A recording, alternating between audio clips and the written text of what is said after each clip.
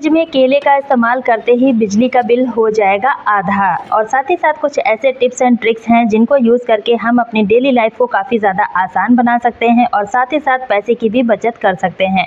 तो वीडियो को पूरा देखिएगा तभी आपको समझ में आएगा। तो अगर आपको आज का वीडियो थोड़ा सा भी हेल्पफुल लगे तो अपने फैमिली दोस्तों के साथ जरूर शेयर कीजिएगा ताकि वो भी इन टिप्स को यूज कर पाए।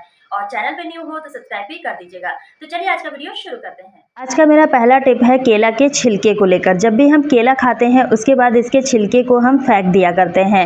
ज़्यादातर लोग यही करते हैं कि इसको फेंक ही देते हैं। मैंने इसके छिलके से रिलेटेड काफ़ी सारे टिप्स शेयर किए हैं जो कि बहुत ज़्यादा यूज़फुल हैं। अगर आपको चाहिए तो आप चैनल पर जाकर देख सकते हो।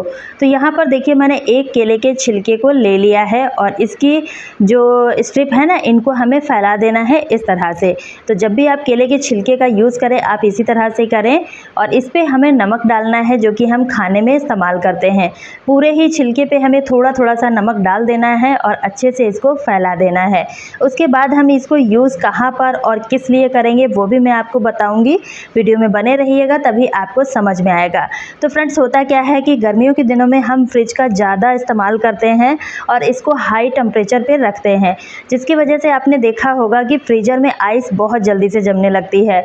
तो इससे हमें क्या होता है कि कोई भी सामान अगर इसके अंदर रखना होता है तो अच्छे से हम रख नहीं पाते हैं क्योंकि आइस बहुत ज़्यादा जमने लगती है। और दूसरा ये होता है कि जब इसमें आइस ज़्यादा जमती है तो हम डीप फ्लॉश बटन का यूज़ करते हैं जिससे आइस का कंजप्शन मतलब बिजली का कंजप्शन बहुत ज़्यादा होता है।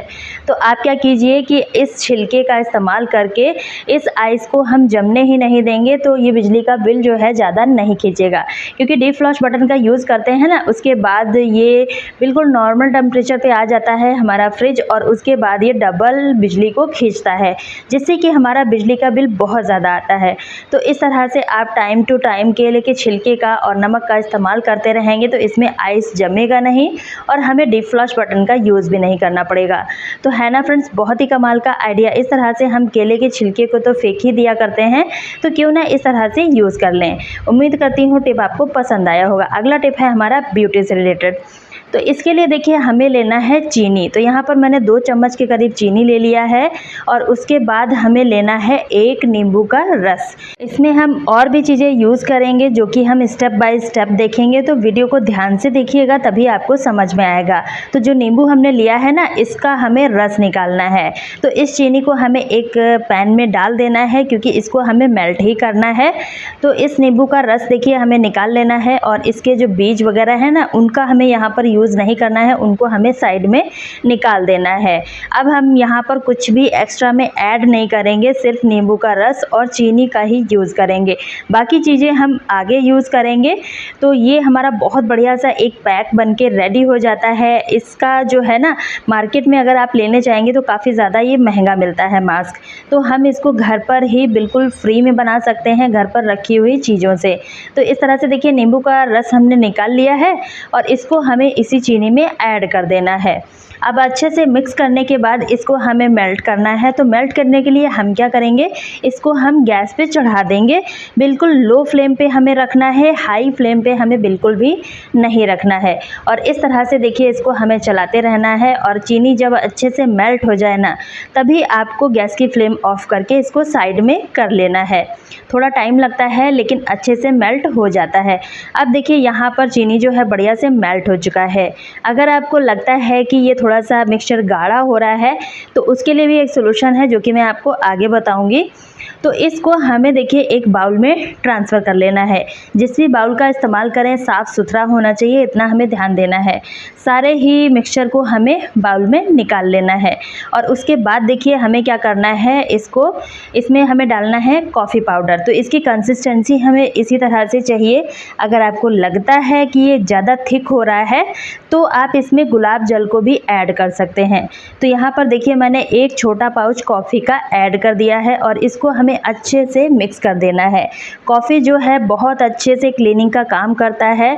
इससे जो है हमारे रोम छिद्र जो हैं वो खुल जाते हैं और ये पैक बहुत ज़्यादा इफ़ेक्टिव है। जब आप इसको ट्राई करके देखेंगे ना तब आपको इसका रिज़ल्ट पता चलेगा। अब हमें लेना है कोकोनट ऑयल। तो अगर आपके पास कोकोनट ऑयल नहीं है तो आप आलमंड ऑयल या फिर ऑलिव ऑयल का भी इस्तेमाल कर सकते हो। और 1 चम्मच भर के यहाँ पर हमने ऑयल को ले लिया है और इसको भी हमें अच्छे से मिक्स करना है। तो बस यहाँ पर हमें इतनी ही चीज़ों को मिक्स करना है और उसके बाद इसको हमें अपने फेस पे अप्लाई करना है। अब इसको अप्लाई कैसे करना है वो भी मैं आपको बताऊंगी। तो इस तरह से देखिए, इसको हमें अच्छे से मिक्स करना है। आप इतना ध्यान दीजिएगा कि इसमें कोई भी लम्स वगैरह ना हो, अच्छे से हमें इसके मिक्स कर लेना है। अब इस तरह से देखिए इसकी कंसिस्टेंसी है। अगर आपको लगता है कि ये ज़्यादा थिक है तो आप थोड़ा सा गुलाब जल भी ऐड कर सकते हो। और फेस को अच्छे से क्लीन करने के बाद ही हमें इस पैक को यूज़ करना है।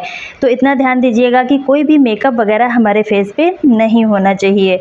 और इस तरह से देखिए हमें फिंगर की हेल्प से या फिर जो मेकअप ब्रश होता है उसकी हेल्प से आप इसको फेस पे अप्लाई कर सकते हो। और जब भी आप कोई भी पैक लगाएं तो इसको हमें नीचे से ऊपर के साइड लगाना है। इस तरह से देखिए, इस तरह से अच्छे से हमें अप्लाई कर लेना है और इसको हमें छोड़ना है पूरा 10 मिनट के लिए। और फ्रेंड्स, इसको जब भी आप लगाएं तो एक चीज़ का ध्यान दीजिएगा कि इस समय गर्मियों के टाइम है तो ये काफ़ी ज़्यादा जो है टपकने लगता है। तो कपड़े आप चेंज कर लीजिएगा, उसके बाद ही आप इसको लगाइएगा, क्योंकि जब ये टपकने लगता है तो कपड़े हमारे कुछ ना कुछ गंदे हो जाते हैं। तो इस तरह से देखिए मैंने पैक को अप्लाई कर लिया है। अब इसको 10 मिनट के लिए हमें रखना है, क्योंकि ये ड्राई नहीं होता है तो इसको हमें ऐसे ही रखना है। अब देखिए 10 मिनट हो चुका है। उसके बाद हमें क्या करना है, एक कॉटन का कोई भी गीला कपड़ा लेना है और इसकी हेल्प से इसको हमें इस तरह से देखिए निकाल देना है। आप देख ही सकते हो कितना अच्छे से इसका रिज़ल्ट आता है। इस तरह से देखिए फ्रेंड्स, बहुत इफ़ेक्टिव है। एक बार आप ज़रूर ट्राई करके देखिएगा। और जब आप इसको मार्केट से लेने जाएंगे ना तो बहुत ज़्यादा महंगा मिलता है इस तरह का मास्क। और आपने देखा ही है घर पर हमने इसको कितना आसानी से और कितना कम खर्च में बना लिया है। तो पूरे ही पैक को आपने इस तरह से निकाल देना है एक गीले कपड़े की मदद से। और उसके बाद हमें एक स्टेप और फॉलो करना है जो कि मैं आपको आगे बताऊंगी। तो इस तरह से अब आप देखिए कितना अच्छे से नेचुरल ग्लो आया है, बहुत इफ़ेक्टिव है। यकीन मानिए, मैंने इसको ट्राई किया उसके बाद मुझे लगा कि कितना इफ़ेक्टिव है। हफ्ते में अगर आप इसको 2 बार भी ट्राई करते हैं ना तो आपके चेहरे से जितने भी दाग धब्बे हैं वो सारे के सारे रिमूव हो जाते हैं। और गर्मियों के दिनों में काफ़ी ज़्यादा टैनिंग वगैरह हो जाती है ना, तो ये सारी की सारी प्रॉब्लम ख़त्म हो जाती है।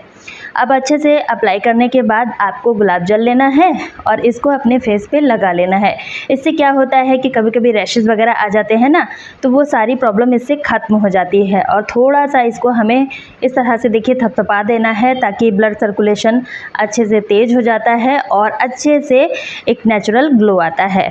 तो उम्मीद करती हूँ ये टिप भी आपको पसंद आया होगा, ब्यूटी हैक। अगर आपको पसंद आया है ना तो एक लाइक कीजिएगा और अपने दोस्तों के साथ भी शेयर कर दीजिएगा ताकि वो भी इसको यूज़ कर पाएँ। आज के वीडियो में आपको कौन सा टिप सबसे अच्छा लगा है कमेंट करके जरूर बताइएगा। अगर आपको वीडियो पसंद आया है तो दोस्तों के साथ ज्यादा से ज्यादा शेयर कीजिएगा ताकि वो भी इन टिप्स को यूज कर पाए। और चैनल पे पहली बार आए हो तो सब्सक्राइब करना बिल्कुल भी मत भूलिएगा, साथ ही बेल आइकन को ऑन कर दीजिएगा ताकि मेरे अगले वीडियो का मैसेज आप तक सबसे पहले पहुंच सके। तो मिलती हूँ अपनी नेक्स्ट वीडियो में, तब तक के लिए bye friends and thanks for watching.